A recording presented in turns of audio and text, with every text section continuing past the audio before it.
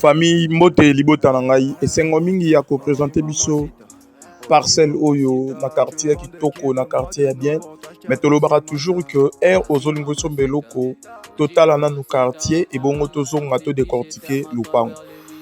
Donc awa toza na boulevard Lumumba yango oyo bande aller bande retour. Donc awa toza lokola na bandal ya nsele toza lokola na balemba ya nsele. Donc awa toza na bibwa na sima na nga awa na makadam awa bomona ba maison ndenge ezali ya ba indien to wana ba supermarché ya kitoko onyos to mona ka kin marché SK GG Mart. Donc ba fort ba supermarché nyos ezali et puis ba station service. Donc ndeka to mona na bandale ezalaka ndeka to mona na lembe ezalaka ndeka to mona na ba matonge ezalaka awa eza bongo. Donc vie eza normal ndeka to misana olamuki na tongo olingo tonga olingo somba boy. Donc awa nyos ezoteka ozomona ba maison ba indien ndenge ezali et puis awa to kotisko na quartier pona kolakisa biso beauté ya quartier ndenge ezali. Donc on a bandeli awa to na commune ya Nsele na quartier Bibwa. Donc Bibwa eza le meilleur quartier oyo etongami na commune ya Nsele. Et puis pour batu baye baraté donc nde tozolakisa quartier boye tozobeta masolo bomona ba centre médical ezali.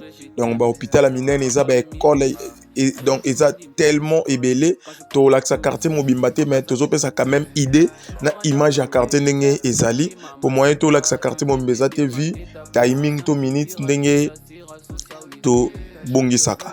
Donc awa bomona quartier ndenge ezali Bibwa ezalaka mibale soko komi na arrêt Bibwa oromona Bibwa na droite et puis Bibwa ya gauche ya côté ya o babengaka arrêt Mama Nganga. Donc awa toza na ngambu ya arrêt Mama Nganga bomona ba résidence ndenge ezali et puis côté on a signalé que ba appartement eza cher. Donc c'est à signaler ndeka to mona ba une chambre na ba commune auto mesana ndenge pe ba prix ya ba une chambre ba deux chambres côté ezali. Donc bandako ya ba $300 ezali ba appartement ya ba $250 ezali ya ba $300 ezali ya ba $500 ezali. Donc pour na oyo ba resepela ko beta tour je crois que tokotambola pour tolobi ke moyen to filmer ba biloko nyonso ezati. Donc bandako eza tellement ebelé ba espace eza ebelé. Donc marambo eza kitoko koto et puis totalika et awa place totelemi eza croisement et des avenues place Lupango na biso ezali et puis distance na makadam. Donc place to mona banzete wana liboso ya manga place makadam ezali so kiti okoti awa de place Lupango na biso ezali et awa totala ba voisin na biso. Donc to mona école donc Lupango na biso ezali toza ba voisin na école o munene oyo et puis ba appartement eza pembe na biso awa to meka ko tuna prix de to comprendre valeur ya quartier valeur ya secteur ndenge ezali. Dans Lupango oto yaki ko présenter yango yo to zasko liboso ya Lupango awa et bomonique eza déjà chantier kolo nango atongaki amati tina lenton akomda na lenton. Donc elo etikali awa kaka finition ya ko matempe likolo et puis ko beta toiture parce que plan naie ezalaki atonga maison basse comme résidence naie mais l'homme propose Dieu dispose.